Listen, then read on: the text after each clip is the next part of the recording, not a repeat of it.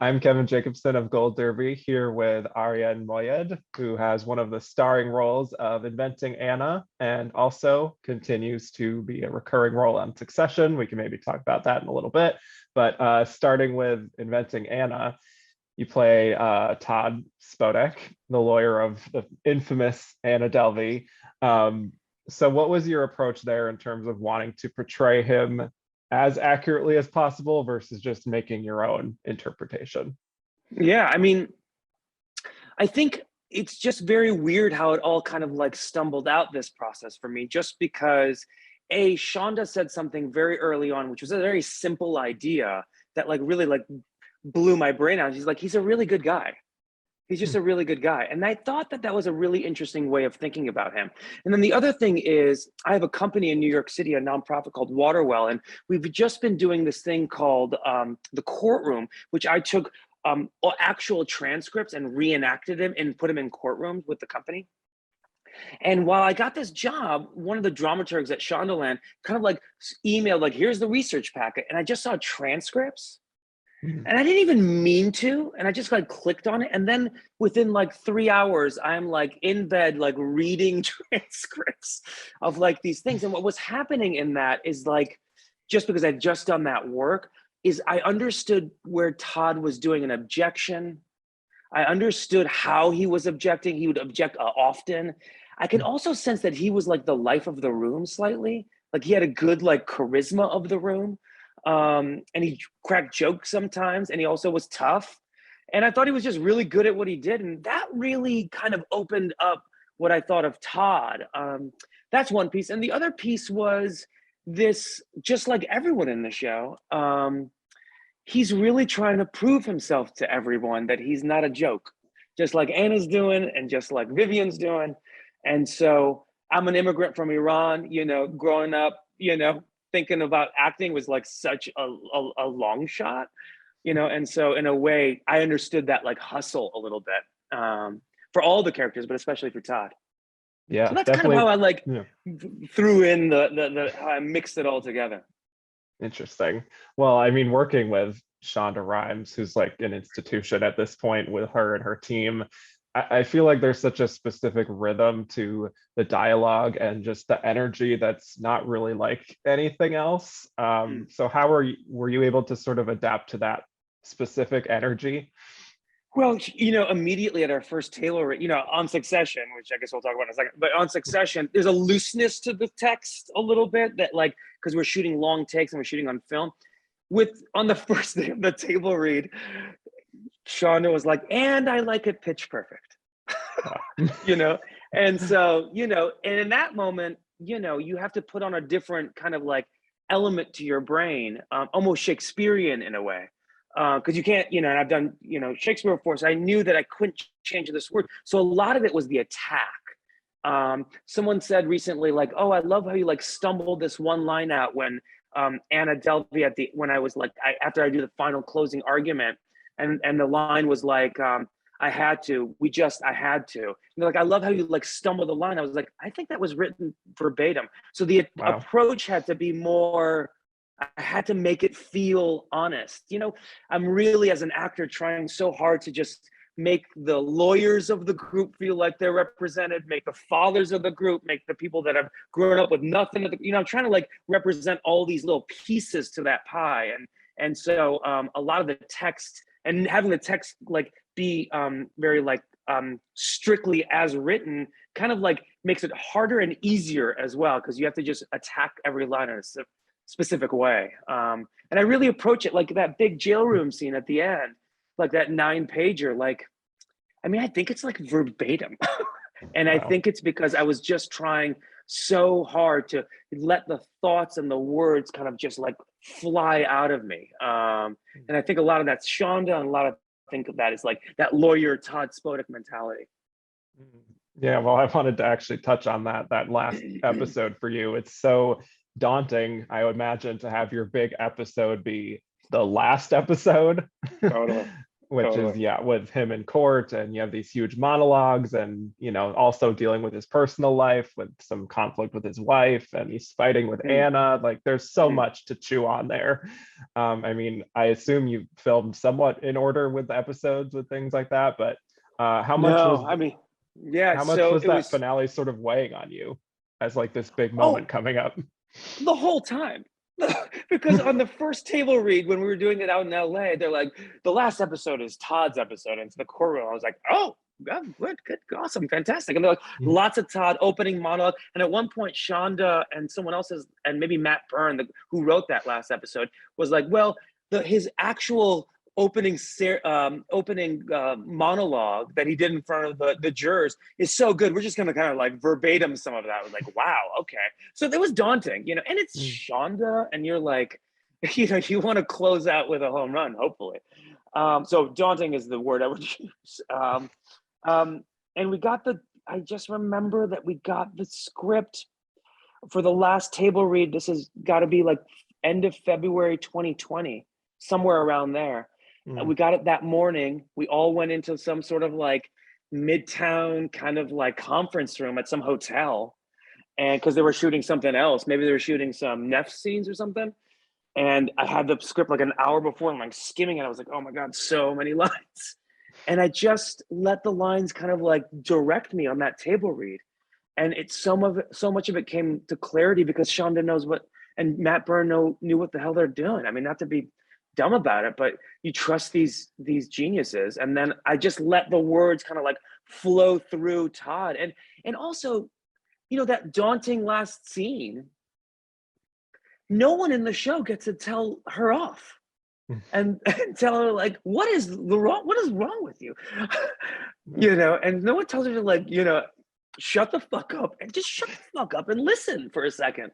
You know what I mean? And so Yeah. having an opportunity to do that was, I felt a release for everyone.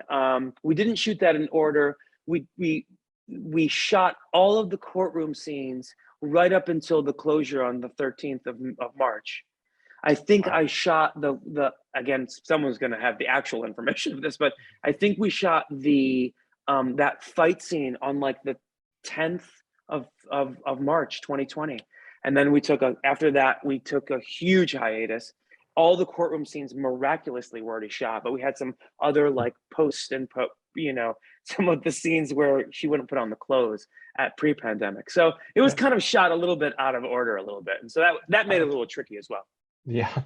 Well, I'm also just curious working with Julia Garner and her Amazing. using that very particular voice and that, like, speaking of specific energy, like, absolutely.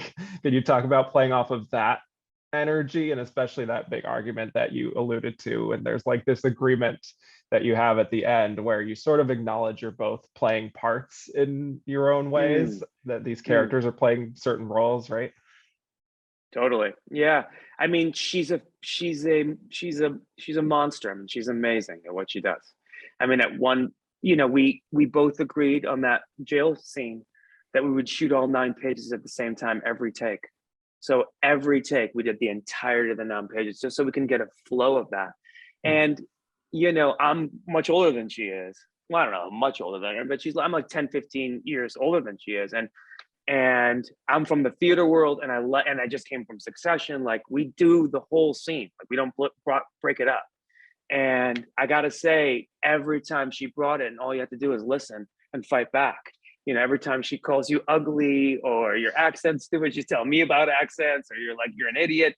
You're like, I'm imagining a little bit. Also, what Shonda said, that like I'm a father figure to her, and as a father myself, like.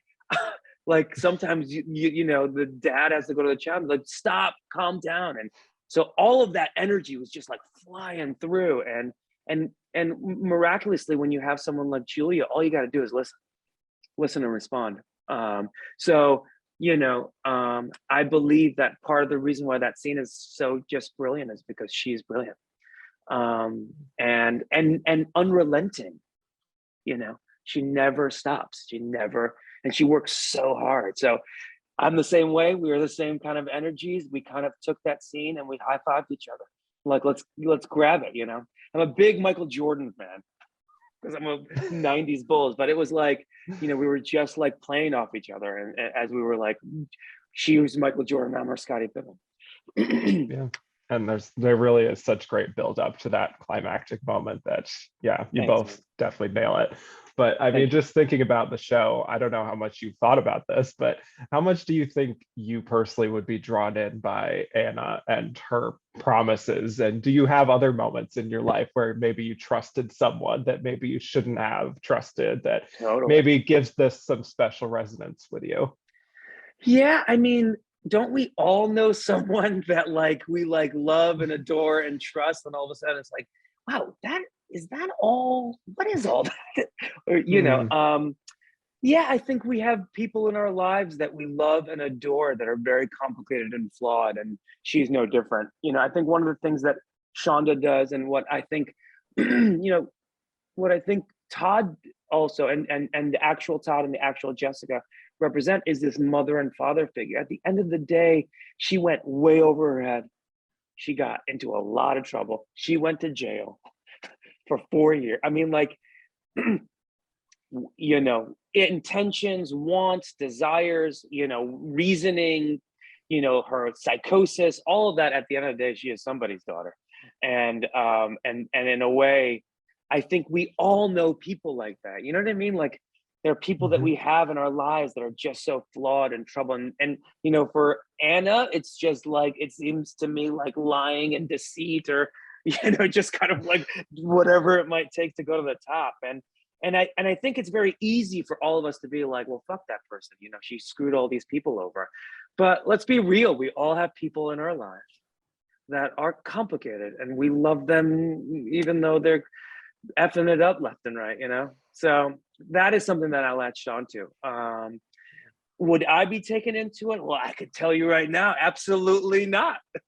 But we're not there. I was my family and I just went on vacation, and I met this lovely guy, and within 10 minutes, I bought these 2 trinkets for way too much money. You know There what I you mean? go. Yep. There you go. So, Well, moving over to Succession, right. it's kind of interesting because it feels like these worlds could almost overlap in a way. Like, you Sure. could imagine Anna Delvey just showing up at one of these big events that the Roys are always putting on. Actually, how about this? Do you think that your character of Stewie would get into business with Anna Delvey? Never. I, Absolutely never. No. I agree. I I mean, agree. Stewie is I mean, it's so hard to say. It's my character. But Stewie is amazing at business. Yeah. He is an incredibly shrewd and Hmm. quick master of making moves. And how he does it almost, blatantly and honestly, just bluntly to your face, like, that is going to be a no. Yeah. I don't think there's any chance that Stewie would have anything to do with her, oddly. Agreed. But Yeah. just touching on season 3, you returned for a few episodes, mostly with, I mean, it's just Stewie.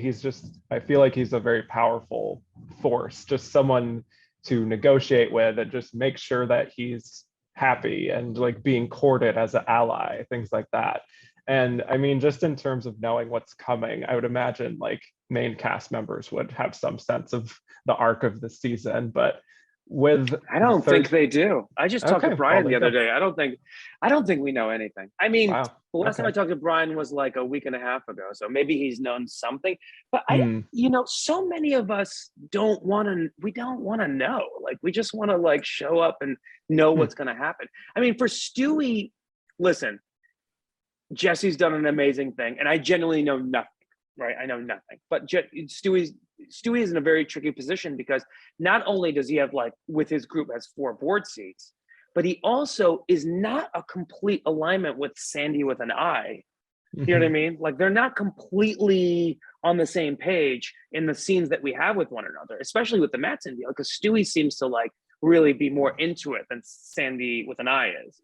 So if that's going to play itself out, who knows? I mean, like, that's the masterful thing of what Jesse Armstrong has done, is that in every one of these scenes, there are intricacies inside of that feel like anyone could move in any which way. And Stewie's hand is always, I will do this, if I'm going to win by this much, I'm going to pick that side always. And so I'm excited to see what, that means for Stewie and Sandy and the group. Part of the genius of the show is that you have these characters like Stewie, who is like a very formidable force into this universe, and oftentimes maybe one of the most powerful people, with a lot of cards in his back pocket. So I think what you have is you have this devil that's walking around that's playing the game, the way that Logan plays the game. And I would not underestimate him. But, I have no clue. I really don't think a lot of us do know what's going to happen. They're in the writer's room right now.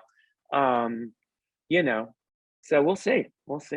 Yeah. But I will say that shooting on that show is a real kind of delight, because we shoot, like I was telling you in Inventing Anna, we shoot long scenes all at once, every take, without breaking it up. So your theater skills and we're shooting on film, 3 cameras on film, sometimes with no rehearsals, and it's just like flying against the wind. So all those scenes has a tangible excitement to it that feels very real, because it kind of is like the first time you're ever seeing it. Yeah, it's cool. Must be exhilarating. Yeah. Yeah, it's the tops. Yeah.